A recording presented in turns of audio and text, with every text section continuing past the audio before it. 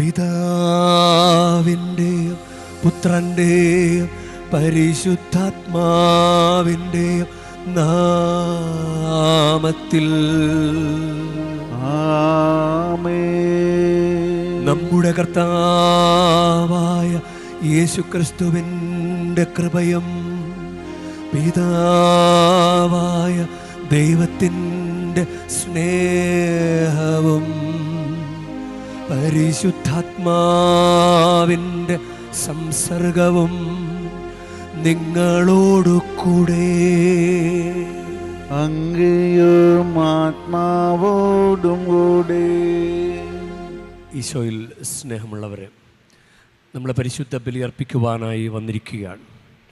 അതും പ്രധാനപ്പെട്ട ഒരു തീർത്ഥാടന കേന്ദ്രത്തിൽ. നമ്മളിനി ചെയ്യേണ്ടത് കിട്ടിയ അവസരം നന്നായിട്ട് പ്രയോജനപ്പെടുത്തുക, സ്കോർ ചെയ്യുക എന്ന് പറയും, സ്കോർ ചെയ്യുക. പാപിനിയായ സ്ത്രീ ഇന്നത്തെ സുവിശേഷത്തിൽ ലൂക്ക 7-ാം അധ്യായം അതിൽ അവർ നന്നായിട്ട് സ്കോർ ചെയ്തു. നീ ഇവളെന്നെ അധികം സ്നേഹിച്ചുവെന്ന് ഈശോ കമൻറ്റും പറഞ്ഞു. നമുക്കങ്ങനെ ഒരു അഭിപ്രായം നമ്മുടെ ഈ ബലിയർപ്പണത്തിലൂടെ ഈശോയ്ക്ക് പറയാൻ സാധിക്കട്ടെ. ഇവൻ നന്നായിട്ട് ചെയ്തു, ഇവൻ എൻ്റെ കൂടെ നന്നായിട്ട് നിന്നു, ഇവൻ നന്നായിട്ട് ബലിയർപ്പിച്ചു എന്ന് ഈശോയ്ക്ക് പറയാൻ സാധിക്കട്ടെ. മറിയം സ്കോർ ചെയ്തവളാണ്. ദൈവദൂതൻ വന്ന് പറഞ്ഞപ്പോൾ തന്നെ എല്ലാം കാര്യങ്ങളൊക്കെ കൃത്യം മനസ്സിലാക്കി. ഇതാ കർത്താവിൻ്റെ ദാസി, നിൻ്റെ വാക്ക് ഇങ്ങനെ നിറവേറട്ടെ എന്ന് പറഞ്ഞ് അപ്പോൾ തുടങ്ങിയ സ്കോറിങ് മറിയം ഇപ്പോഴും സ്കോർ ചെയ്തുകൊണ്ടിരിക്കാം. നമുക്ക് ഈ 1 മണിക്കൂർ സമയമെങ്കിലും നന്നായിട്ടൊന്ന് സ്കോർ ചെയ്യാൻ സാധിക്കട്ടെ. അതിനുള്ള കൃപയ്ക്ക് വേണ്ടി നമുക്ക് പ്രാർത്ഥിക്കാം. സഹോദരരെ, ദിവരഹസ്യങ്ങൾ കൊണ്ടാടുന്നതിന് നാം യോഗ്യരാകേണ്ടതിന് നമ്മുടെ പാപങ്ങൾ ഏറ്റുപറയാം. സർവശക്തനായ ദൈവത്തോടും സഹോദരരെ നിങ്ങളോടും ഞാൻ ഏറ്റുപറയുന്നു.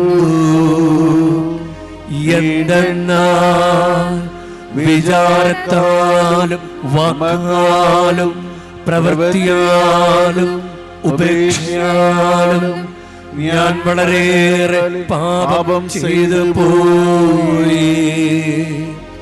എൻ്റെ പിഴ, എൻ്റെ പിഴ, എൻ്റെ വലിയ പിഴ. ആകയാൽ നിത്യകന്യകയായ പരിശുദ്ധ മറിയത്തോടും എല്ലാ മാലാഖമാരോടും വിശുദ്ധരോടും സഹോദരരെ നിങ്ങളോടും ഞാൻ അപേക്ഷിക്കുന്നു. എനിക്ക് വേണ്ടി നമ്മുടെ കർത്താവായ ദൈവത്തോട് പ്രാർത്ഥിക്കണമേ. സർവശക്തനായ ദൈവം കനിഞ്ഞ് നമ്മുടെ പാപങ്ങൾ പുറത്ത് നമ്മെ നിത്യജീവിതത്തിലേക്ക് നയിക്കുമാറാകട്ടെ.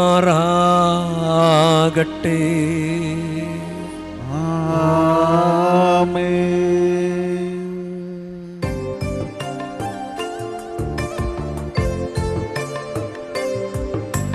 കർത്താവേ കനിയണമേ, കർത്താവേ കനിയണമേ.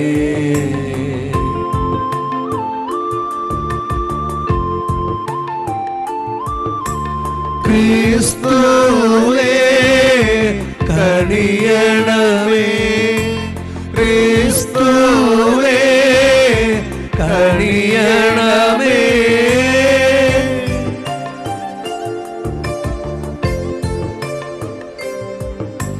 കർത്താവേ കനിയണമേ, കർത്താവേ കനിയണമേ. നമുക്ക് പ്രാർത്ഥിക്കാം. സകലത്തിൻ്റെയും സൃഷ്ടാവും നിയന്താവുമായ ദൈവമേ, ഞങ്ങളെ കടാക്ഷിക്കുകയും അങ്ങേ കാരുണ്യത്തിൻ്റെ ഫലം ഞങ്ങൾ അനുഭവിച്ച് പൂർണ്ണ ഹൃദയത്തോടെ അങ്ങേ ശുശ്രൂഷിക്കുവാൻ ഞങ്ങളെ അനുഗ്രഹിക്കുകയും ചെയ്യണമേ. അങ്ങയോടുകൂടെ പരിശുദ്ധാത്മാവുമായുള്ള ഐക്യത്തിൽ എന്നെന്നും ദൈവമായി ജീവിച്ചു വാഴുന്ന ഞങ്ങളുടെ കർത്താവും അങ്ങയുടെ പുത്രനുമായ യേശുക്രിസ്തു വഴി ഞങ്ങൾ സമർപ്പിക്കുന്ന പ്രാർത്ഥന കേട്ടരുളേണമേ.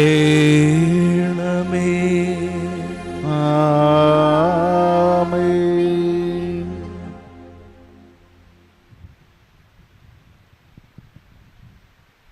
വിശുദ്ധ പൗലോസ് അപ്പോസ്തലൻ തിമോഥെയോസിന് എഴുതിയ 1-ാം ലേഖനത്തിൽ നിന്ന്: വാത്സല്യമുള്ളവനെ, ആരും നിന്റെ പ്രായക്കുറവിൻ്റെ പേരിൽ നിന്നെ അവഗണിക്കാൻ ഇടയാക്കരുത്. വാക്കുകളിലും പെരുമാറ്റത്തിലും സ്നേഹത്തിലും വിശ്വസ്തതയിലും വിശുദ്ധിയിലും നീ വിശ്വാസികൾക്ക് മാതൃകയായിരിക്കുക. ഞാൻ വരുന്നതുവരെ വിശുദ്ധ ലിഖിതങ്ങൾ വായിക്കുന്നതിലും ഉപദേശങ്ങൾ നൽകുന്നതിലും അധ്യാപനത്തിലും ശ്രേഷ്ഠാലുവായിരിക്കണം. പ്രവചനപ്രകാരവും സഭാശ്രേഷ്ഠന്മാരുടെ കൈവെപ്പ് വഴിയും നിനക്ക് നൽകപ്പെട്ട കൃപാവരം അവഗണിക്കരുത്. ഈ കർത്തവ്യങ്ങളെല്ലാം നീ അനുഷ്ഠിക്കുക, അവയ്ക്കു വേണ്ടി ആത്മാർപ്പണം ചെയ്യുക. അങ്ങനെ എല്ലാവരും നിന്റെ പുരോഗതി കാണാൻ ഇടയാകട്ടെ. നിന്നെക്കുറിച്ച് നിന്റെ പ്രബോധത്തെക്കുറിച്ചും ശ്രദ്ധിക്കുക, അവയിൽ ഉറച്ചു നിൽക്കുക. അങ്ങനെ ചെയ്യുന്നത് വഴി നീ നിന്നെ തന്നെയും നിന്റെ ശ്രോതാക്കളെയും രക്ഷിക്കും. ദൈവവചനമാണ് നാം കേട്ടത്. ദൈവത്തിന് നന്ദി. പ്രതിവചന സങ്കീർത്തനം.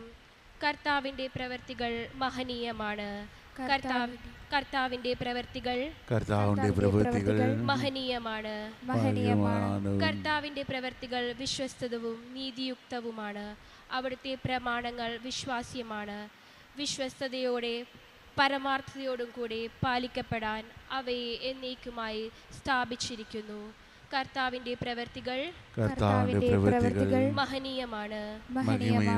അവിടുന്ന് തൻ്റെ ജനത്തെ വീണ്ടെടുത്തു. അവിടുന്ന് തൻ്റെ ഉടമ്പടി ശാശ്വതമായി ഉറപ്പിച്ചു. വിശ്വസ്തവും ഭീതിദായകവുമാണ് അവിടുത്തെ നാമം. കർത്താവിൻ്റെ പ്രവൃത്തികൾ മഹനീയമാണ്. ദൈവഭക്തിയാണ് ജ്ഞാനത്തിൻ്റെ ആരംഭം.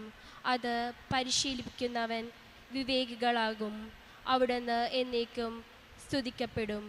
കർത്താവിൻ്റെ പ്രവൃത്തികൾ മഹനീയമാണ്.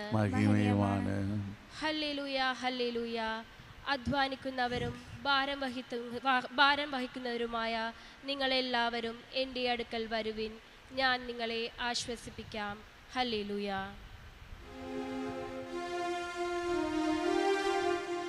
കർത്താവ് നിങ്ങളോടു കൂടെ, അങ്ങയും ആത്മാവോടും കൂടെ.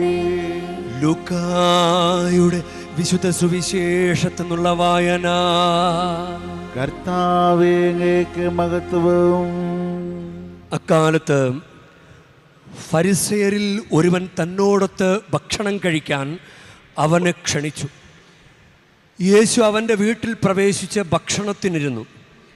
അപ്പോൾ ആ പട്ടണത്തിലെ പാപിനിയായ ഒരുവൾ ഫരിസേയൻ്റെ വീട്ടിൽ അവൻ ഭക്ഷണത്തിനിരിക്കുന്നു എന്നറിഞ്ഞ് ഒരു വെൺകൽ ഭരണി നിറയെ സുഗന്ധ തൈലവുമായി അവിടെ വന്നു. അവൾ അവൻ്റെ പിന്നിൽ പാദത്തിനരികെ കരഞ്ഞുകൊണ്ട് നിന്നു. കണ്ണീരുകൊണ്ട് അവൾ അവൻ്റെ പാദങ്ങൾ കഴുകുകയും തലമുടി കൊണ്ട് തുടയ്ക്കുകയും ചുംബിക്കുകയും സുഗന്ധതൈലം പൂശുകയും ചെയ്തു.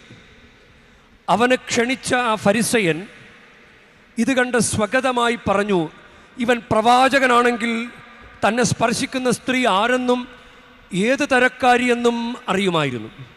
ഇവളൊരു പാപിനിയാണല്ലോ. യേശു അവനോട് പറഞ്ഞു, ശിമയോനെ, എനിക്ക് നിന്നോടൊരു കാര്യം പറയാനുണ്ട്, ഗുരു അരുളി ചെയ്താലും എന്നവൻ പറഞ്ഞു. ഒരു ഉത്തമർണന് 2 കടക്കാരുണ്ടായിരുന്നു. ഒരുവൻ 500 മറ്റവൻ 50 ധനാറ കടപ്പെട്ടിരുന്നു.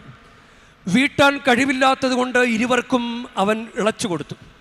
ആ 2 പേരിൽ ആരാണ് അവനെ കൂടുതൽ സ്നേഹിക്കുക? ശിമയോൻ മറുപടി പറഞ്ഞു, ആർക്കവൻ കൂടുതൽ ഇളവ് ചെയ്തോ അവൻ എന്ന് ഞാൻ വിചാരിക്കുന്നു. അവൻ പറഞ്ഞു, നീ ശരിയായി തന്നെ വിധിച്ചു. അനന്തരം യേശു ആ സ്ത്രീയുടെ നേരെ തിരിഞ്ഞ് ശിമയോനോട് പറഞ്ഞു, നീ ഈ സ്ത്രീയെ കാണുന്നല്ലോ.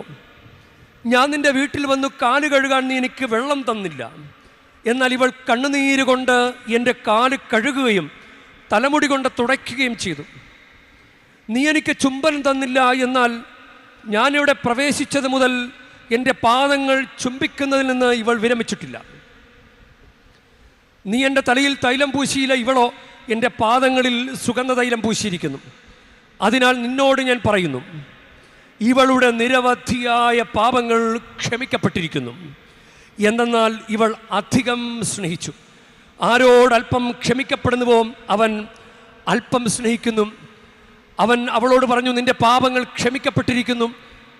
അവനോടുകൂടെ പന്തിയിലിരുന്നവർ പരസ്പരം പറയാൻ തുടങ്ങി, പാപങ്ങൾ ക്ഷമിക്കുക പോലും ചെയ്യുന്ന ഇവൻ ആരാണ്? അവൻ അവളോട് പറഞ്ഞു, നിന്റെ വിശ്വാസം നിന്നെ രക്ഷിച്ചിരിക്കുന്നു, സമാധാനത്തോടെ പോവുക. കർത്താവിൻ്റെ സുവിശേഷം. ക്രിസ്തുവേ അങ്ങേക്ക് സ്തുതി. ഈശോയിൽ സ്നേഹമുള്ളവരെ, നമുക്ക് കിട്ടുന്ന വലിയൊരു അവസരമാണ് ഈ കത്തോലിക്ക വിശ്വാസ ജീവിതവും നമ്മുടെ ഈ തീർത്ഥാടനം എല്ലാം നമുക്ക് കിട്ടുന്ന നല്ല അവസരമാണ്. കർത്താവിന് അറിയാൻ സാധിച്ചത് നല്ലൊരു അവസരമാണ്. ഈശോയെ അറിഞ്ഞില്ലായിരുന്നെങ്കിലോ അല്ലെങ്കിൽ ഈ വിശ്വാസത്തിലല്ലായിരുന്നുവെങ്കിലോ നമുക്കിങ്ങനെ വളരെ ടച്ചിങ്ങായിട്ട് നമ്മുടെ ആത്മീയതയെ നമ്മൾ സ്പർശിക്കുന്ന വിധത്തിൽ ഒരു ജീവിതം നയിക്കാൻ നമുക്ക് സാധിക്കുമായിരുന്നോ? നമ്മുടെ ഭാരം ഇറക്കി വയ്ക്കാൻ സാധിക്കുമായിരുന്നോ? കുമ്പസാരത്തിലൂടെ നമുക്കൊരു ദേവാലയത്തിൽ സ്വസ്ഥമായിട്ടിരിക്കുന്ന പ്രാർത്ഥിക്കുന്നൊരനുഭവം വേറെ എവിടെയെങ്കിലും കിട്ടുമോ? അപ്പോൾ ഇത് പ്രയോജനപ്പെടുത്തുക, അതാണ് സ്കോർ ചെയ്യുക. നമുക്ക് തെറ്റുകളുണ്ടായേക്കാം, പക്ഷേ നമുക്ക് കിട്ടുന്ന അവസരങ്ങൾ പ്രയോജനപ്പെടുത്തണം. ഇല്ല, പരീക്ഷയ്ക്കൊക്കെ തോറ്റുപോകാം, പക്ഷേ വീണ്ടും വീണ്ടും കിട്ടുന്ന അവസരങ്ങൾ നമ്മൾ അത് വിജയത്തിലേക്ക് നമ്മളത് പ്രയോജനപ്പെടുത്തണം. ഇപ്പോൾ ഇവിടെ വന്നിരിക്കുന്ന തീർത്ഥാടനത്തിന് വന്നിരിക്കുന്ന നമുക്ക് നമ്മുടെ ചുറ്റും പല ദുരാചാരങ്ങളൊക്കെ ഉണ്ട്. നമ്മൾ നല്ല ഗട്ടറുള്ള റോഡിൽ വണ്ടി ഓടിച്ച് പഠിക്കുന്ന ആൾ പറയും, ഞാൻ നല്ല റോഡിലാണ്, നല്ല ബുദ്ധിമുട്ടുള്ള ഒരു സാഹചര്യത്തിലാണ് ഞാൻ വണ്ടി പഠിച്ചത്, അതുകൊണ്ട് അത് കുഴപ്പമുണ്ടാവില്ല, എനിക്ക് നല്ല സ്മൂത്തായിട്ടുള്ള റോഡിൽ വളരെ സുഖമായിട്ട് എനിക്ക് ഓടിക്കാൻ സാധിക്കും, പ്രയാസമുണ്ടാകില്ല, ബുദ്ധിമുട്ടുകളിലൂടെ വരുന്നത് കൊണ്ട് അതങ്ങനെ പറയാൻ സാധിക്കും എന്ന് പറഞ്ഞ പോലെ ചിലപ്പോൾ ഇവിടുത്തെ മരിയനഭിഷേകം ഉന്നതമാണ്, അത് അനുഭവിച്ചിട്ടുള്ളവരുണ്ട്. പക്ഷെ നമുക്ക് ചിലപ്പോൾ ചില കാര്യങ്ങൾ നമ്മുടെ വിശ്വാസത്തോട് ചേരാത്തവ ചുറ്റുപാടുമുണ്ടാകാം, നമ്മളെ പാപത്തിലേക്ക് നയിക്കുന്ന സാഹചര്യങ്ങളുണ്ടാകാം. അപ്പോൾ ചില ആളുകൾ ഈ ദുരാചാരം, ചരട്, തൂവാല, താക്കോല്, താഴ് ഇതൊക്കെ നിർത്തലാക്കിക്കൂടെ? അപ്പോൾ നമ്മൾ അവരോട് പറയുമ്പോൾ അവർ പറയും, ഇത് ഞങ്ങളുടെ നാടാണ്, ഞങ്ങൾ ഇഷ്ടമുള്ള പോലെ ചെയ്യും. അവരോട് പിന്നെ എന്നാ പറയാനാണ്? അപ്പോൾ ഈ സാഹചര്യം ഇവിടെ ഉണ്ടാവും. ഈ സാഹചര്യം ഇവിടെ ഉണ്ടാകുമ്പോൾ സ്വർഗം നമ്മളെ നോക്കുന്നത് നമ്മൾ കർത്താവിൻ്റെ കൂടെ നിന്ന് സ്കോർ ചെയ്യുന്നുണ്ടോ എന്നാണ്. നമ്മൾ ഒരു നിമിഷം കർത്താവിനെ വിട്ടിട്ട് ദുരാചാരം ചെയ്യാൻ പോയാൽ നമ്മൾ സ്കോർ ചെയ്യുന്നില്ല. അതാണ് ഒരു പരീക്ഷണമാണിത്. കർത്താവ് നമ്മളെ പരീക്ഷിക്കുന്നത്. നമ്മളിപ്പോൾ കളകൾ പറിച്ചു കളയട്ടെ യജമാനനെ, കളകൾ പറിച്ചു കളയട്ടെ എന്ന് ചോദിക്കുമ്പോൾ യജമാനൻ പറയും, അത് അവിടെ നിൽക്കട്ടെ, അത് അവസാനം, അല്ലെങ്കിൽ നല്ലത് കൂടി പറഞ്ഞു പോവാം. കളകൾ അവിടെ നിൽക്കട്ടെ, ദുരാചാരങ്ങളൊക്കെ അവിടെ ഉണ്ടാവും, തിന്മയുടെ സാഹചര്യങ്ങളൊക്കെ കൂടെ ഉണ്ടാവും. പക്ഷേ ഇതിൻ്റെ നടുവിൽ കർത്താവിന് വേണ്ടി നിൽക്കാൻ സാധിക്കുക, അതാണ് നമ്മുടെ കഴിവ്. നിനക്ക് പിടിച്ചു നിൽക്കാൻ സാധിക്കുമോ? കർത്താവിന് വേണ്ടി നിനക്ക് അവസാനം വരെ നിൽക്കാൻ സാധിക്കുമോ എന്ന് ദൈവം നമ്മളെ പരീക്ഷിച്ച് നോക്കുന്ന ചില കാര്യങ്ങളാണത്. നമുക്കിപ്പോൾ വായന കിട്ടുക എന്ന് പറഞ്ഞത് അത് അസുലഭമായ ഒരു കാര്യമാണ്. പക്ഷെ വായന നന്നായിട്ട് വായിക്കുക എന്നത് അത് സ്കോർ ചെയ്യല. നന്നായിട്ട് വായിക്കുക, ആളുകൾക്ക് മനസ്സിലാകുന്ന വിധത്തിൽ വായിക്കുക എന്നത് പ്രയോജനപ്പെടുത്തുക. പലരും ഇത് ഞാനിവിടെ വേളാങ്കണ്ണി വായിച്ചു, ഞാൻ വേളാങ്കണ്ണി പള്ളി പാടി എന്നൊക്കെ പറയാൻ വേണ്ടിയിട്ടാണ് പലരും വരുന്നത്. ഫോട്ടോ എടുക്കുക, വായിച്ചത് അപ്പം തന്നെ സ്റ്റാറ്റസ് ഇടുക. പാട്ടുപാടിയത് അപ്പം തന്നെ സ്റ്റാറ്റസ് ഇടുക, ഇതൊക്കെയാണ് പലരുടെ ലക്ഷ്യം. പക്ഷെ ദൈവജനത്തിന് ദൈവവചനം മനസ്സിലാകാൻ വേണ്ടി ദൈവ ശുശ്രൂഷയിൽ ദൈവജനത്തെ പാടാനും പ്രാർത്ഥിക്കാനും സഹായിക്കുക എന്ന ലക്ഷ്യത്തിനപ്പുറം വന്നു കഴിഞ്ഞാൽ നമ്മൾ സ്കോർ ചെയ്യില്ല, പിശാച് നമ്മളെ പിടിച്ചു കഴിഞ്ഞു. അപ്പോൾ വായന നന്നായിട്ട് പ്രയോജനപ്പെടുത്തുക എന്നത് ഇതുപോലെ എപ്പോഴും കിട്ടുമോ? എപ്പോഴും വന്ന് വായിക്കാൻ പറ്റുമോ? അങ്ങനെ സാധിക്കില്ല. അതുപോലെ തന്നെയാണ് നമ്മുടെ മുന്നിലുള്ള എന്നും തീർത്ഥാടനത്തിന് വരാൻ പറ്റുമോ? ചില ആളുകൾ ദിവസേന പള്ളിയിൽ പോകുന്നവരുണ്ട്, ദിവസേന പള്ളിയിൽ പോകാൻ സാധിക്കാത്ത സാഹചര്യമുള്ളവരുണ്ടല്ലോ. അപ്പോൾ ഇത് പ്രയോജനപ്പെടുത്തുക എന്നത് നമ്മൾ കഷ്ടമായിപ്പോയി, നല്ലൊരു അവസരമായിരുന്നു, കളഞ്ഞല്ലോ. മാതാവ് കുറച്ച് ഗബ്രിയ ദൂതൻ വന്നിട്ട് അങ്ങ് പോയി കഴിഞ്ഞിട്ടാണ് ഇതാ കർത്താവിൻ്റെ ദാസി എന്ന് പറയാമായിരുന്നല്ലേ, ഞാൻ പറഞ്ഞില്ലല്ലോ, ദൈവമേ കഷ്ടമായിപ്പോയല്ലോ എന്ന് മാതാവ് ചിന്തിച്ചിരുന്നെങ്കിലോ. ആ ടൈമിംഗ് ആണ്, അത് ആ കറക്റ്റ് സ്കോർ ചെയ്യുക, നമുക്കതാണ് വേണ്ടത്. നമുക്കത് വേണം. നമുക്ക് ആ സ്കോർ ചെയ്യാനായിട്ടുള്ള കഴിവ് നമ്മൾ കണ്ടെത്തണം. ഇതിൽ ഈ ഫരിസയൻ്റെ വീട്ടിൽ ഈശോ ഉണ്ടെന്ന് ഈശോ ആരോടും പറയാതെ വന്നതാണെന്ന് തോന്നുന്നു. ഫരിസയൻ നന്നായിട്ട് ഈശോയുടെ പ്രീതി പിടിച്ചു പറ്റാൻ വേണ്ടി ചെയ്തതായിരിക്കാം. വീട്ടിൽ വിളിച്ച് ഭക്ഷണം കൊടുക്കുക, അച്ഛനെ വിളിച്ച് ഭക്ഷണം കൊടുക്കുക, അതൊക്കെ ഇപ്പോഴത്തെ ഒരു രീതിയാണല്ലോ. അച്ഛൻ്റെ ഒരു സന്തോഷമൊക്കെ പിടിച്ചു പറ്റാൻ വേണ്ടി അയാൾ അങ്ങനെ ശ്രമിച്ചതാണെന്ന് തോന്നുന്നു. അപ്പോൾ അയാൾ ആരോടും പറഞ്ഞിട്ടില്ല. പക്ഷേ ഈ സ്ത്രീ അങ്ങനെ അറിഞ്ഞു ഈശോ ആ വീട്ടിലുണ്ടെന്ന്. അതാണ് അവളുടെ കഴിവ്. അവളതറിഞ്ഞു. അവൾ ഈശോ ഉണ്ടെന്നറിഞ്ഞു. ഇനിയും ഈശോ ഉണ്ടെന്നറിഞ്ഞാൽ അങ്ങനൊരു വീട്ടിൽ അവൾക്ക് കയറി വരാൻ പറ്റുമോ? അതും ഫരിസയൻ്റെ വീട്ടിൽ പിറുപിറുപ്പിൻ്റെയും ഇങ്ങനെ കുറ്റം പറച്ചിലിൻ്റെയും ആളിൻ്റെ വീട്ടിൽ ഉടനെ പറഞ്ഞു കഴിഞ്ഞു, ഇവൻ പാപിനിയാണല്ലോ, ഈ പ്രവാചകനായിട്ടുള്ള ഇവൻ എന്താ ഇവളെ തിരിച്ചറിയാതെ പോയത്. അപ്പം തന്നെ ഒരു തിന്മ മനസ്സിൽ അയാൾ വിചാരിച്ചു. അത് ഈശോ മനസ്സിലാക്കിയിട്ട് പറയുന്ന മറുപടികളാണ് ഇന്നത്തെ സുവിശേഷ ഭാഗം. അപ്പം ഇവൾ ഇങ്ങനൊരു റിസ്ക് സാഹചര്യത്തിൽ അവൾ എങ്ങനെ കയറി വന്നു? അതാണ് ദൈവാനുഗ്രഹം. സ്കോർ ചെയ്യാൻ വേണ്ടി റിസ്ക് എടുക്കണം. വെറുതെ ഒന്നും സ്കോർ ചെയ്യാൻ പറ്റില്ല. ഇല്ല, ക്രിക്കറ്റ് കളിക്കുമ്പോൾ റൺസ് എടുക്കണമെങ്കിൽ അങ്ങനെയൊന്നും വെറുതെ ഒന്നും റൺസ് എടുക്കാൻ പറ്റില്ല. വെറുതെ ഒന്നും ഫുൾ A+ മേടിക്കാൻ പറ്റില്ല. അങ്ങനെ കുത്തിയിരുന്ന് വെറുതെ അങ്ങോട്ടും ഇങ്ങോട്ടും തെക്ക് വടക്ക് നടന്ന കുട്ടിക്ക് ഫുൾ A+ കിട്ടുമോ?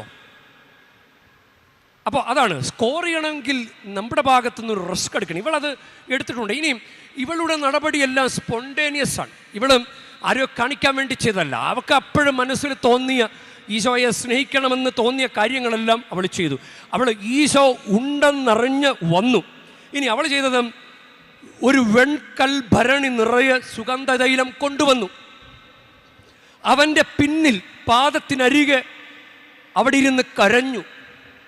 ഇനി പാദങ്ങൾ കണ്ണീര് കൊണ്ട് കഴുകി, തലമുടി കൊണ്ട് തുടച്ച്, പാദങ്ങൾ ചുംബിച്ച് സുഗന്ധ തൈലം പൂശി. ഇത്തരം പ്രവൃത്തികൾ അവൾ ചെയ്തു. ഇതൊക്കെ ആര് പറഞ്ഞു കൊടുത്തു ഇങ്ങനെയൊക്കെ ചെയ്യാൻ? ഇതൊക്കെ ഉള്ളിൽ നിന്ന് വന്ന സ്പോണ്ടേനിയസ് ആയിട്ട് വന്ന നടപടികളാണ്. അതാണ് സ്കോർ ചെയ്യുമ്പോൾ രണ്ട് കാര്യങ്ങൾ സംഭവിക്കണം. റിസ്ക് എടുക്കണം, പിന്നെ അഭിനയം പറ്റില്ല. സ്കോർ ചെയ്യാൻ അഭിനയിച്ചിട്ട് കാര്യമുണ്ടോ? സ്പോണ്ടേനിയസ് ആയിട്ട് ഉള്ളിൽ നിന്ന് വരുന്ന ഒരു ഒറിജിനൽ നേച്ചർ വേണം. ഒറിജിനൽ നേച്ചർ, കപടത പറ്റില്ല.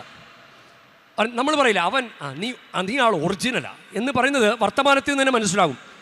അപ്പോൾ ഇവൾക്ക് വേണ്ടിയിട്ട് ഈശോ സംസാരിക്കാൻ കാരണം ഇവൾ ഒറിജിനലായതുകൊണ്ടാണ്.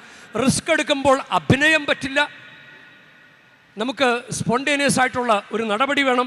ഇതൊക്കെ നമ്മൾ ശ്രദ്ധിക്കേണ്ട കാര്യങ്ങൾ. ഇത് നമ്മൾ ഏത് മേഖലയിലായാലും, ആത്മീയ മേഖലയിലായാലും ഭൗതിക മേഖലയിലായാലും. ഇനി നമ്മളിങ്ങനെ ചിന്തിക്കുമ്പോഴും സ്കോർ ചെയ്യാൻ വേണ്ടി വിചാരിച്ച്, ഈശോയുടെ പ്രീതി പറ്റാൻ വേണ്ടി അങ്ങനെ വിചാരിച്ച് ഈശോയെ വീട്ടിൽ ക്ഷണിച്ച് വരുത്തിയതാണ്. പക്ഷേ ഇവൾ കയറി സ്കോർ ചെയ്തപ്പോൾ അയാൾക്കങ്ങനെ പിടിച്ചില്ല. അയാൾ പറഞ്ഞു, ഇവൻ പ്രവാചകനാണല്ലോ, എന്നിട്ടെന്താ ഇവളെ തിരിച്ചറിയാതെ പോയത്? ഇങ്ങനെ സ്കോർ ചെയ്യാത്തവരുടെ ഉള്ളിൽ ആരെങ്കിലും സ്കോർ ചെയ്താൽ മറ്റവൻ്റെ ഉള്ളിൽ ഒരു അസൂയ അല്ലെങ്കിൽ ഒരു അതൃപ്തി ഉണ്ടാകും. അതൃപ്തിയുടെ ഒരു കമൻ്റ് അവിടെ വരും. അതാണ് ഇവൻ്റെ ഉള്ളിൽ അങ്ങനെ ഒരു ചിന്തയുണ്ടായി, പാപിനി. ഇനി നമ്മൾ യോഹന്നാൻ്റെ സുവിശേഷത്തിൽ 12-ാം അധ്യായത്തിൽ തൈലാഭിഷേകം എന്നത് ആ ടൈറ്റിലോടുകൂടി പറയുന്ന കഥ, അത് മറിയം എന്ന പേരുള്ള ഒരു സ്ത്രീ വന്നിട്ട് ഈശോയുടെ കാല് കഴുകിയ കാര്യമാണ്. ലാസറിൻ്റെ സഹോദരി മറിയം. അപ്പോൾ ഇത് ചെയ്തുകൊണ്ടിരിക്കുമ്പോൾ യൂദാസ് കറിയോത്ത, അത് യോഹന്നാൻ 12 യൂദാസ് കറിയോത്ത പറയും, ഇത് 300 ദനാറയ്ക്ക് വിറ്റ് ദരിദ്രർക്ക് കൊടുക്കാമായിരുന്നില്ലേ എന്ന് പറയും. അതാണ് ഇത് ഒരു ചില കാര്യങ്ങൾ സ്കോർ ചെയ്യുന്നത്. ഇഷ്ടപ്പെടാത്ത ഒരാൾ അസൂയ കൊണ്ടൊരു കമൻറ്റ് പറയും. നമ്മളങ്ങനെ കമൻറ്റ് പറയുന്നവരാണോ? ഒരാളൊരു കാര്യം ചെയ്യുമ്പോൾ നമുക്ക് ഇഷ്ടപ്പെട്ടില്ല, അയാൾ നന്നായിട്ട് ചെയ്തു, നമുക്കത് ഇഷ്ടപ്പെട്ടില്ല, നമ്മളപ്പോൾ ഒരു നെഗറ്റീവ് കമൻറ്റ് പറയും. നമ്മൾ സ്കോർ ചെയ്യുന്നവരാണോ? സ്കോർ ചെയ്യുന്നവരെ കാണുമ്പോൾ ഒന്നുമല്ല പറഞ്ഞത്, അവൻ ഞാൻ പാപിയാണെന്ന് മാത്രം പറഞ്ഞു. അതാണ് ഇതാ കർത്താവിൻ്റെ ദാസി എന്ന് പറയുന്ന അതേ സ്റ്റൈല്. ഞാൻ പാപിയാണ് കർത്താവേ, എന്നോട് ക്ഷമിക്കണമേ, ഞാൻ സ്വർഗത്തിനെതിരായി പാപം ചെയ്തു പോയി എന്ന് പറഞ്ഞ് അവൻ അങ്ങ് സ്കോർ ചെയ്തു. അപ്പോൾ അവനെല്ലാം തിരിച്ചു കിട്ടി. ഇത് കാണുമ്പോൾ മൂത്ത മകന് സഹിക്കുന്നില്ല. മൂത്ത മകൻ ഇങ്ങനെ പിറുപിറുത്തോണ്ടിരിക്കുക. അവൻ വേശ്യകളോട് കൂട്ടിച്ചേർന്ന് ഇങ്ങനെ ഒരാൾ സ്കോർ ചെയ്യുമ്പോൾ ഇഷ്ടപ്പെടാത്ത ഒരാൾ നെഗറ്റീവ് കമൻറ്റ് പറഞ്ഞുകൊണ്ടിരിക്കും. ചിലപ്പോൾ അസൂയപ്പെട്ടിട്ട് അവൻ്റെ സ്കോർ ചെയ്യലിനെ ഒന്ന് തകർക്കാൻ വേണ്ടിയിട്ട് എന്തെങ്കിലും ഒരു നടപടി ചെയ്തുകൊണ്ടിരിക്കും. ഇനി നല്ല കള്ളൻ, 2 കള്ളന്മാരുണ്ടല്ലോ. നല്ല കള്ളൻ സ്കോർ ചെയ്തത് കണ്ടോ? നല്ല കള്ളൻ സ്കോർ ചെയ്തു. മറ്റവൻ എന്താ ചെയ്തത്? മറ്റവൻ ഇങ്ങനെ ദുഷിച്ച് പറഞ്ഞു, നീ ക്രിസ്തുവല്ല, ഞങ്ങളെയും നിന്നെയും രക്ഷിക്കുക എന്ന് പറഞ്ഞുകൊണ്ടിരുന്നു. മറ്റവൻ അങ്ങനെ ഒരു കാര്യം പോലും ചിന്തിക്കുന്നില്ല. അവന് വേണ്ടുന്ന കാര്യം അവൻ നേടിയെടുത്തു. അപ്പം അതാണ് സ്കോർ ചെയ്യാത്തവർ, സ്കോർ ചെയ്യുന്നവർ. നമ്മൾ സ്കോർ ചെയ്യുന്നവരാണോ? ഈ പരിശുദ്ധ ബലി അർപ്പിക്കുമ്പോൾ സ്കോർ ചെയ്യുന്നവരാണോ? അല്ലെങ്കിൽ നമ്മൾ തന്നെ ആരെയും കുറ്റം പറഞ്ഞില്ല എങ്കിലും കർത്താവിൻ്റെ ഒരു അനുഗ്രഹം വരാതിരിക്കാനുള്ള നടപടികൾ അങ്ങനെ പോകുന്നവരാണോ? ഫോൺ ചെയ്തും സംസാരിച്ചും വീഡിയോ പിടിച്ചും ഫോട്ടോ എടുത്തും ഒക്കെയാണോ നമ്മൾ പരിശുദ്ധ കുർബാനയിൽ പങ്കുചേരുന്നത്? നമ്മൾ കുമ്പസാരിക്കാൻ വരുമ്പോൾ ബർമൂഡ ഇട്ടിട്ടാണോ കുമ്പസാരിക്കാൻ വരുന്നത്? തലയിൽ സ്കാഫൊക്കെ ധരിച്ച് ആദ്യ കുർബാന സ്വീകരണം ധരിച്ച പിള്ളേർ ഇപ്പം സ്കാഫൊന്നുമില്ല. കാരണം ഈശോ നമ്മളെ രക്ഷിച്ചത് ലോകത്തിൻ്റെ അരൂപിയിലല്ല.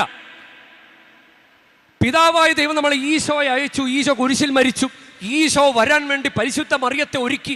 ഇത് ലോകത്തിൻ്റെ കാര്യമല്ല. പക്ഷേ ഈശോയുടെ പാപമോചനം, രക്ഷ അതനുഭവിക്കുന്ന കുമ്പസാരം, കുർബാന സ്വീകരണം, ഇങ്ങനെയുള്ള കൂദാശകളിലൊക്കെ നമ്മൾ ലോകത്തിൻ്റെ അരൂപി കയറ്റിവെച്ചത് നിങ്ങൾ മനസ്സിലായിട്ടുണ്ടോ? കുർബാന സമയത്ത് ഫോട്ടോ എടുക്കുക, ലോകത്തിൻ്റെ അരൂപി. അതിനിപ്പോൾ എന്താ പ്രശ്നം? കുമ്പസാരിക്കാൻ പോകുമ്പോഴും എടാ കുമ്പസാരിക്കാൻ പോകുകയല്ലടാ, നല്ല വസ്ത്രം ധരിച്ച് പോടാ എന്ന് പറഞ്ഞപ്പോൾ അത് കുർബാനയ്ക്ക് പോകുകയല്ലല്ലോ, കുമ്പസാരത്തിന് പോകുകയല്ലേ. കുമ്പസാരവും കുർബാനയും ഒരേ കാര്യം തന്നെയല്ലേ, കൂദാശകളല്ലേ.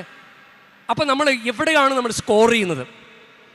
നമ്മൾ എന്തെങ്കിലും കാര്യത്തിൽ ദൈവത്തിൻ്റെ ഇഷ്ടം പിടിച്ചു പറ്റിയിട്ടുണ്ടോ? ഒരു അച്ഛൻ്റെ മുമ്പിൽ പ്രാർത്ഥിക്കാൻ നിൽക്കുമ്പോൾ പോലും കൈകൂപ്പി പിടിച്ച കർത്താവിന് ഇഷ്ടം പിടിച്ചു പറ്റാൻ ശ്രദ്ധിച്ചിട്ടുണ്ടോ? കുർബാന സ്വീകരിക്കാൻ വരുമ്പോൾ ഈശോയ്ക്ക് ഇഷ്ടമുള്ള രീതിയിലൊന്ന് വന്ന് നിന്നു കൊടുത്തിട്ടുണ്ടോ? സ്കോർ ചെയ്യണം നമ്മൾ. ഇനി ഈ സ്കോർ ചെയ്തവർക്ക് വേണ്ടിയിട്ട് ഈശോ സംസാരിച്ചിട്ടുണ്ട്. അതാണ് അതിൻ്റെ പ്രത്യേകത. റിസ്ക് എടുത്തിട്ടുള്ളവർക്ക് വേണ്ടി ഈശോ സംസാരിച്ചിട്ടുണ്ട്. നീ തീർത്ഥാടനത്തിന് വന്നിരിക്കുക, ഈശോയുടെ ഒരു തലോടൽ കിട്ടാൻ വേണ്ടിയിട്ടല്ലേ നീ വന്നിരിക്കുന്നത്. നിന്നെ ഞാൻ അനുഗ്രഹിക്കുമെന്നൊരു വാക്ക്, ഈശോയുടെ ഒരു വാക്ക് കേൾക്കാൻ വേണ്ടിയിട്ടല്ലേ പ്രിയ ദൈവവായുധനെ നീ വന്നിരിക്കുന്നത്. നിനക്കൊരു കുഞ്ഞിനെ ലഭിക്കുമെന്ന് കേൾക്കാൻ വേണ്ടിയിട്ടല്ലേ നീ വന്നിരിക്കുന്നത്. നിനക്ക് ജോലി ലഭിക്കും എന്ന് കേൾക്കാൻ വേണ്ടിയിട്ടല്ലേ നീ വന്നിരിക്കുന്നത്. നിന്റെ കല്യാണം നടക്കും എന്ന്, അതൊരു സംഭവം നടക്കും എന്ന് വിശ്വസിച്ച് പ്രാർത്ഥിച്ചുകൊണ്ടല്ലേ നീ വന്നിരിക്കുന്നത്. അപ്പം നിന്നോട് ദൈവം സംസാരിക്കണമെന്ന് നീ ആഗ്രഹിക്കുന്നുണ്ടെങ്കിൽ നീ ദൈവത്തിന് വേണ്ടി റിസ്ക് എടുക്കണം. ചുമ്മാ വന്നിരുന്നിട്ട് പോയിട്ടുണ്ടെങ്കിൽ കാര്യം നടക്കില്ല. പാപിന് റിസ്ക് എടുത്തത് കൊണ്ട് അവൾക്ക് വേണ്ടി ഈശോ സംസാരിച്ചു, ദേ ഇവൾ എന്നെ അധികം സ്നേഹിച്ചു. മറിയം ഇങ്ങനെ യോഹന്നാൻ്റെ സുവിശേഷത്തിൽ 12-ാം അധ്യായത്തിൽ യൂദാസ് കറിയോത്ത പറയും, ഇത് 300 ദനാറയ്ക്ക് വിറ്റ് ദരിദ്രർക്ക് കൊടുക്കാമായിരുന്നല്ലോ. അപ്പോൾ ഈശോ പറയും, ഇവൾ എൻ്റെ ശവസംസ്കാര ദിനത്തിന് വേണ്ടി ഇത് ചെയ്തുവെന്ന് കരുതിക്കൊള്ളട്ടെ. ഈശോ റെക്കമെൻഡ് ചെയ്യുന്നത് കണ്ടോ? അവളുടെ പ്രവൃത്തിയെ ഈശോ ഉയർത്തുന്നത് കണ്ടോ? ബർത്തമിയോസ് ഇങ്ങനെ അവർ ശകാരിക്കുമ്പോഴും ദാവീദിൻ്റെ പുത്ര എന്ന് വിളിച്ചു പറയുന്ന ബർത്തമിയോസിനെ യേശു കുറച്ചു പേർ അവിടെ നിന്നവരോട് പറയുകയാണ്, അവനെ വിളിക്കുക. നമ്മൾ ആ ഒരു സ്വരം കേൾക്കാൻ വേണ്ടിയിട്ടല്ലേ കാത്തിരിക്കുന്നത്? അവനെ വിളിക്കുക. ഇത് ബർത്തമിയോസ് കേട്ടു. ഇനി ഇളയ മകൻ തിരിച്ചു വന്നു. മൂത്ത മകൻ്റെ മുമ്പിൽ, എടാ അവൻ മൃതനായിരുന്നല്ലോ, അവൻ തിരിച്ചു വന്നല്ലോടാ എന്ന് മൂത്ത മകനോട് ഇവന് വേണ്ടി സംസാരിക്കുന്ന പിതാവും, നല്ല കള്ളൻ നല്ല കള്ളൻ്റെ നടപടിയിൽ ഈശോ വർത്തമാനം പറഞ്ഞു, നീ ഇന്ന് എന്നോടുകൂടെ പർദീസയിലായിരിക്കും. റിസ്ക് എടുക്കുന്നവർക്ക് വേണ്ടി ഈശോ ഒരു വാക്കെങ്കിലും പറയും. ദൈവത്തിന് വേണ്ടി റിസ്ക് എടുക്കുന്നവർക്ക് വേണ്ടി ഈശോ ഒരു വാക്കെങ്കിലും പറയും. ഇങ്ങനൊരു പ്രവാചകനാണല്ലോ വീട്ടിൽ വന്നിരിക്കുന്നത്, ഇവൻ പാപിയെ തിരിച്ചറിഞ്ഞില്ലല്ലോ എന്ന് ചിന്തിക്കുന്ന ആ ഫരിസയൻ ഈശോയെ ഒരു പ്രവാചകനായി, ഒരു നീതിമാനായി കരുതിയിരുന്നെങ്കിൽ അതിൻ്റെ ഫലം കിട്ടുമായിരുന്നു. കാരണം മത്തായിയുടെ സുവിശേഷം 10:41 വാക്യം, ഒരു നീതിമാനായി സ്വീകരിക്കുന്നവന് നീതിമാന്റെ പ്രതിഫലവും,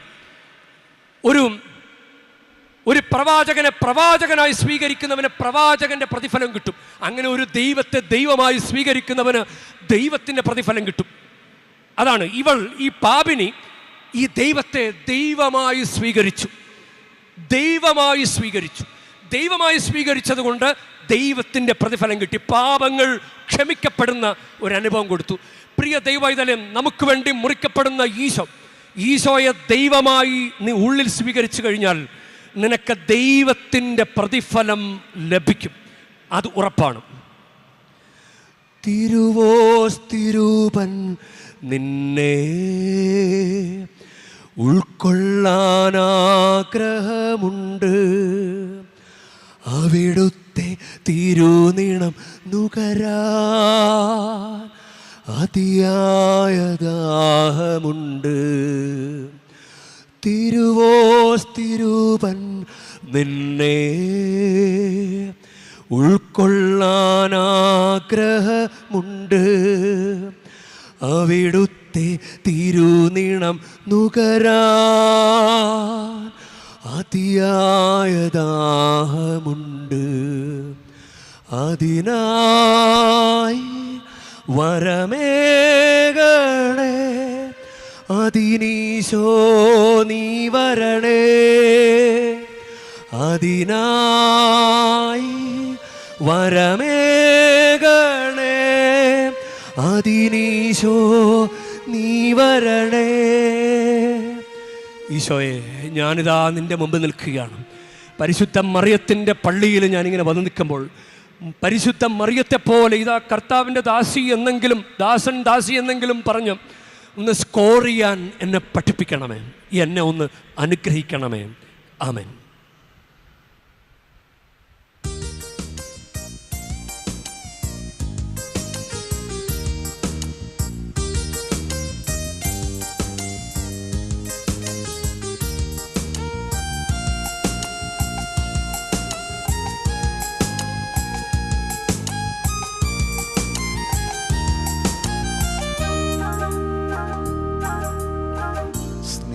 പൂർവം നൽകുന്നും നാദാ, സർവമും ആൾത്താരിൽ കാണിക്കയാ സ്വീകരിക്കണമേ നൈവേദ്യമായി. അനുഗ്രഹിക്കും ദേവ സമ്മതമായി. സ്നേഹപൂർവം നൽകുന്നു നാദാ, സർവമും ആൾത്താരിൽ കാണിക്കയായി സ്വീകരിക്കണമേ നൈവേദ്യമായി.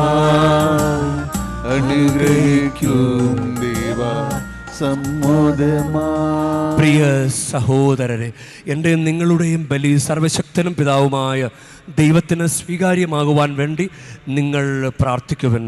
കർത്താവ് തന്റെ നാമത്തിന്റെ സ്തുതിക്കും മഹിമയ്ക്കും നമ്മുടേക്കും അവിടുത്തെ ക്രിസ്തുവിന്റെ നന്മയ്ക്കുമായി അങ്ങയുടെ കരങ്ങളിൽ നീ ബലി സ്വീകരിക്കുമാറാട്ടെ. കർത്താവേ, ഞങ്ങളുടെ അപേക്ഷകൾ തൃക്കൺ പാർക്കുകയും അങ്ങദാസരുടെ കാണിക്കകൾ ദയാപൂർവം സ്വീകരിക്കുകയും ചെയ്യണമേ. അങ്ങനെ ഓരോരുത്തരും അങ്ങ് നാമത്തിൻ്റെ സ്തുതിക്കായി അർപ്പിക്കുന്നത് എല്ലാവരുടെയും രക്ഷയ്ക്ക് ഉപകരിക്കുമാറാകട്ടെ. ഞങ്ങളുടെ കർത്താവായ ക്രിസ്തു വഴി ഞങ്ങൾ സമർപ്പിക്കുന്ന പ്രാർത്ഥന കേട്ടരുളേണമേ.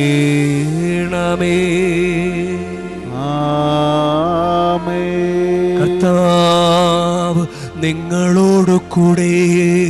അങ്ങയും ആത്മാവോടും കൂടെ. ഹൃദയങ്ങൾ ഉയർത്തുവിൻ. കർത്താവിലേക്ക് ഞങ്ങൾ ഉയർത്തിരിക്കുന്നു.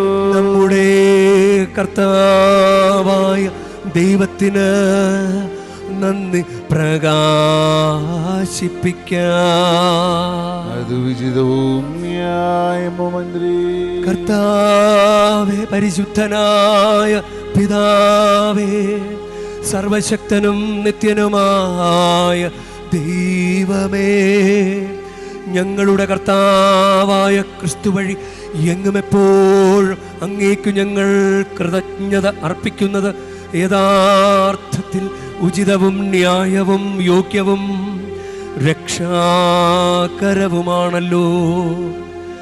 വഴിതെറ്റിയ മനുഷ്യരോട് അലിവ് തോന്നിയ അവിടുന്ന് കന്യകയിൽ നിന്ന് ജാതനാകാൻ തിരുവുള്ളമായി അവിടുന്ന് കുരിശിലെ പീഡകൾ സഹിച്ച് നിത്യമരണത്തിൽ നിന്ന് ഞങ്ങളെ മോചിപ്പിക്കുകയും മരണത്തിൽ നിന്ന് ഉത്ഥാനം ചെയ്ത് ഞങ്ങൾക്ക് നിത്യജീവൻ നൽകുകയും ചെയ്തു. ആകയാൽ എല്ലാ മാലാഖമാരോടും വിശുദ്ധരോടും ചേർന്ന് അങ്ങയുടെ മഹത്വത്തെ പ്രകീർത്തിച്ചുകൊണ്ട് ഞങ്ങളും താഴ്മയോടെ ആലപിക്കുന്നു. പരിശുദ്ധൻ പരിശുദ്ധൻ പരിശുദ്ധൻ, സൈന്യങ്ങളുടെ കർത്താവാം ദൈവം പരിശുദ്ധൻ, ദൈവം പരിശുദ്ധൻ. തിരുവവമങ്ങ് മഹിമകളാം നിറഞ്ഞു മതിയും വിണ്ടലവും. ഹോസാന ഹോസാന അത്യുന്നതങ്ങളിൽ ഹോസാന. കർത്താവിൻ തിരുനാമത്തിൽ വരുവോരേക്കു ധന്യരുമായി. ഹോസാന ഹോസാന അത്യുന്നതങ്ങളിൽ ഹോസാന.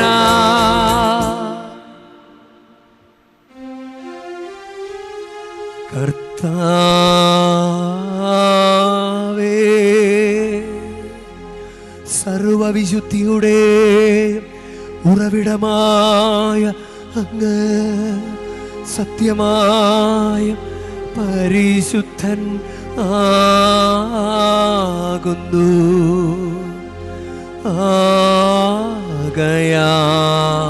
ആകയാൽ അങ്ങേ ആത്മാവാൽ മഞ്ഞുകണം പോലെ ഈ കാണിക്കകൾ പവിത്രമാക്കണമേ. അങ്ങനെ ഞങ്ങൾക്കായി ഇവ ഞങ്ങളുടെ കർത്താവായ യേശു ക്രിസ്തുവിൻ്റെ ശരീരവും രക്തവുമായി തീരുമാറാകട്ടെ. അവിടുന്ന് ഒറ്റിക്കൊടുക്കപ്പെട്ട് സോമനസാൽ പീഡകൾ സഹിച്ചപ്പോ അപ്പമെടുത്ത് കൃതജ്ഞത പ്രകാശിപ്പിച്ച് മുറിച്ച് തൻ്റെ ശിഷ്യന്മാർക്ക് കൊടുത്ത് കൊണ്ട് അരുൾ ചെയ്തു. എല്ലാവരും ഇതിൽ നിന്നു വാങ്ങി ഭക്ഷിക്കുവിൻ. എന്തെന്നാൽ ഇത് നിങ്ങൾക്കു വേണ്ടി അർപ്പിക്കാനിരിക്കുന്ന എൻ്റെ ശരീരമാകുന്നു.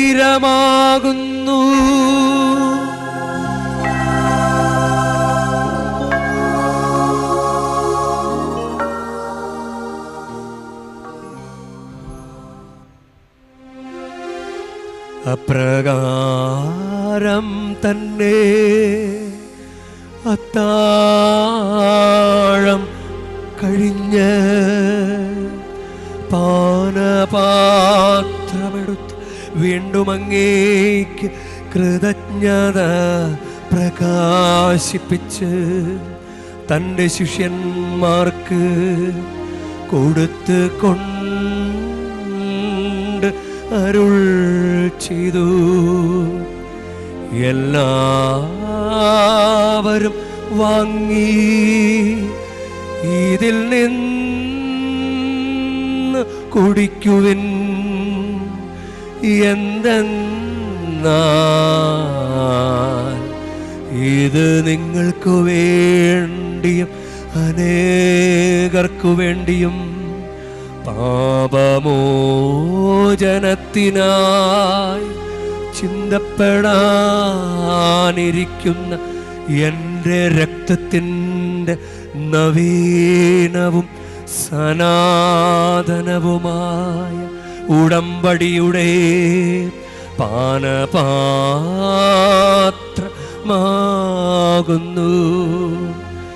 ഇതു നിങ്ങൾ എൻ്റെ ഓർമ്മയ്ക്കായി ചെയ്യുവിൻ.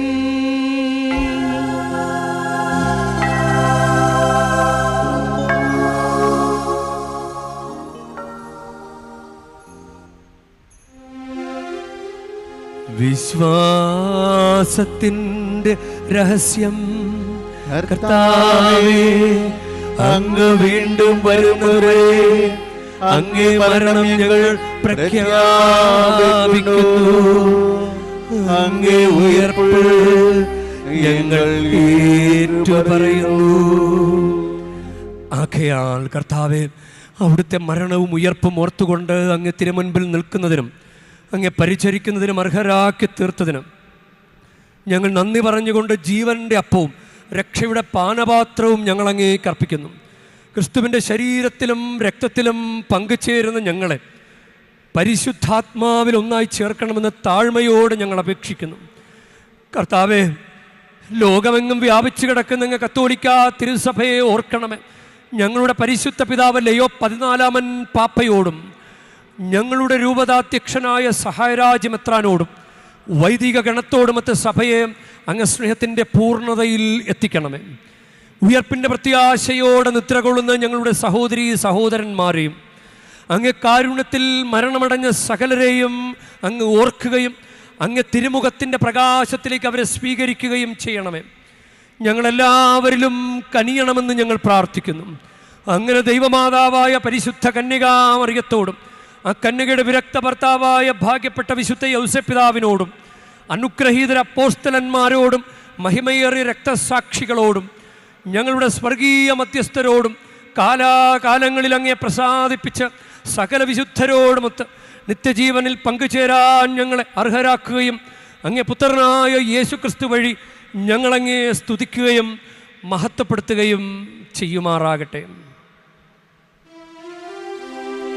ക്രിസ്തുവിലൂടെ, ക്രിസ്തുവിനോടുകൂടെ, ക്രിസ്തുവിൽ തന്നെ സർവശക്തനായ ദൈവവും പിതാവുമായ അങ്ങേക്ക് പരിശുദ്ധാത്മാവുമായുള്ള ഐക്യത്തിൽ എല്ലാ ബഹുമതിയും മഹത്വവും എന്നുമെന്നേക്കും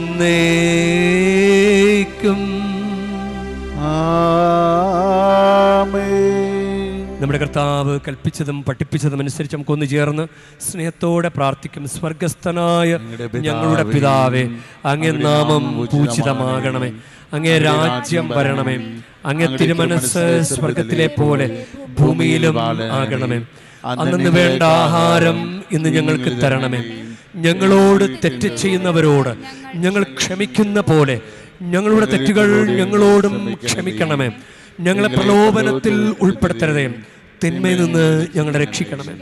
കർത്താവേ, എല്ലാ തിന്മകളിൽ നിന്ന് ഞങ്ങളെ മോചിപ്പിക്കണമേ. ഞങ്ങളുടെ ദിനങ്ങളിൽ സമാധാനം കനിവാർന്ന് നൽകണമേ. അനുഗ്രഹപൂർണമായ പ്രത്യാശയും ഞങ്ങളുടെ രക്ഷകനായ യേശുക്രിസ്തുവിൻ്റെ ആഗമനവും പ്രതീക്ഷിച്ചുകൊണ്ട് അങ്ങേ കരുണയുടെ സഹായത്താൽ ശക്തി പ്രാപിച്ചു ഞങ്ങളെപ്പോഴും പാപത്തിൽ നിന്ന് മോചിതരാവുകയും എല്ലാ വിപത്തുകളിൽ നിന്ന് സുരക്ഷിതരാവുകയും ചെയ്യുമാറാകട്ടെ. എന്തുകൊണ്ടെന്നാൽ രാജ്യവും ശക്തിയും മഹത്വവും എന്നേക്കും അങ്ങയുടേതാകുന്നു.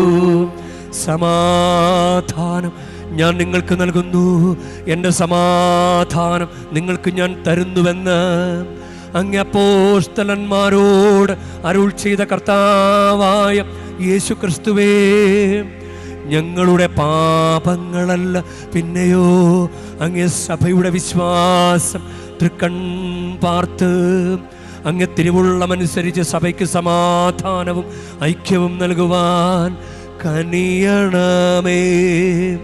എന്നെന്നും ജീവിക്കുകയും വാഴുകയും ചെയ്യുന്ന അങ്ങ് ഈ പ്രാർത്ഥന കേട്ടരുളേണമേ.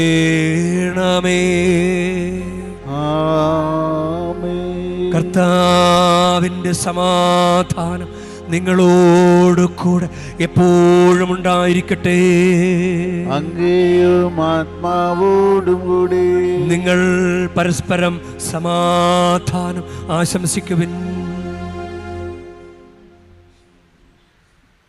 ലോകത്തിൻ്റെ പാപങ്ങൾ നീക്കുന്ന ദൈവഗുണിയാണി എങ്ങളിൽ കണിനമയും.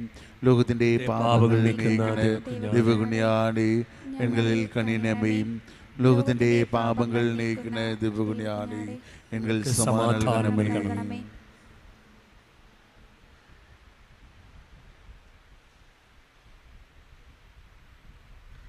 ഇതാ ദൈവത്തിൻ്റെ കുഞ്ഞാട്, ഇതാ ലോകത്തിൻ്റെ പാപങ്ങൾ നീക്കുന്നവൻ.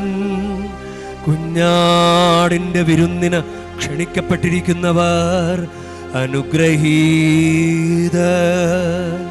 കർത്താവേ, അങ്ങയുടെ ഭവനത്തിൽ പ്രവേശിക്കാൻ ഞാൻ യോഗ്യനല്ല. അങ്ങ് ഒരു വാക്കുച്ചരിച്ചാൽ മാത്രം മതി, എന്റെ ആത്മാവ് സുഖം പ്രാപിക്കും.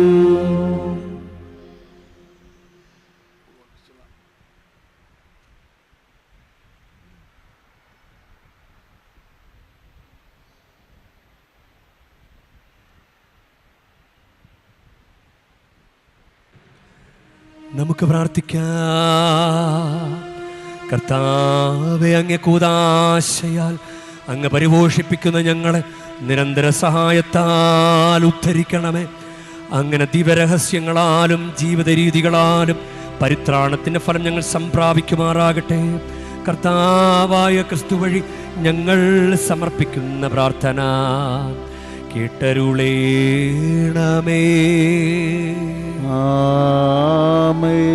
കർത്താവ് നിങ്ങളോടു കൂടെ, അങ്ങയും ആത്മാവോടും കൂടി. പരിശുദ്ധ വേളാങ്കണ്ണി മാതാവിനോടുള്ള അനുഗ്രഹ പ്രാർത്ഥനയ്ക്കായി ശിരസ് നമിക്കാം. ഉണ്ണീശോയെ കയ്യിലേന്തിയ പരിശുദ്ധ വേളാങ്കണ്ണി മാതാവേ, ഇവിടെ കൂടിയിരിക്കുന്ന എല്ലാ ഭക്തജനങ്ങളെയും ഇവരുടെ കുടുംബങ്ങളെയും സോഷ്യൽ മീഡിയയിലൂടെ ഈ ബലിയിൽ പങ്കെടുത്ത എല്ലാവരെയും അങ്ങ് അനുഗ്രഹിച്ച് ആശീർവദിക്കണമേ. ഇവരുടെ മനസ്സ് തളർന്നു പോകുമ്പോൾ പാൽക്കാരനായ ബാലന്റെ പാൽക്കുടത്തിലെ പാൽ നിറഞ്ഞു തുളുമ്പിയതുപോലെ ഇവരെയും സന്തോഷത്താൽ നിറയ്ക്കണമേ. പരാജയങ്ങൾ ഇവരെ തളർത്തുമ്പോൾ മുടന്തനായ ബാലനെ നടക്കാൻ ഇടയാക്കിയതുപോലെ ഇവരെയും താങ്ങി നടത്തണമേ. പോർച്ചുഗീസ് നാവികരെ സുരക്ഷിതമായി കരയിലേക്ക് എത്തിച്ചതുപോലെ സങ്കടക്കടലിൽ വലയുന്ന എല്ലാവരെയും അങ്ങ് കരകയറ്റണമേ. അനുഗ്രഹദായിനിയായ പരിശുദ്ധ ആരോഗ്യമാതാവിൻ്റെ ആശീർവാദം നിങ്ങളോട് കൂടെ എപ്പോഴും ഉണ്ടായിരിക്കട്ടെ. ഈശോ തൻ്റെ മാതാവിൻ്റെ കരങ്ങളിലൂടെ നമ്മേവരെയും സ്പർശിക്കുകയും സുഖപ്പെടുത്തുകയും കാത്തു സംരക്ഷിക്കുകയും ചെയ്യട്ടെ. സർവശക്തനും കാരുണ്യവാനുമായ ദൈവം പിതാവും പുത്രനും പരിശുദ്ധാത്മാവും നിങ്ങളെ ഏവരെയും നിങ്ങളുടെ കുടുംബങ്ങളെയും നിങ്ങളുടെ പ്രാർത്ഥനാ നിയോഗങ്ങളെയും സമൃദ്ധമായി അനുഗ്രഹിക്കുമാറാകട്ടെ. ആമേൻ. ക്രിസ്തുവിൻ്റെ സ്നേഹത്തിലും സമാധാനത്തിലും പോകുവിൻ. ദിവ്യപൂജ സമാപിച്ചു. ദൈവത്തിനു നന്ദി.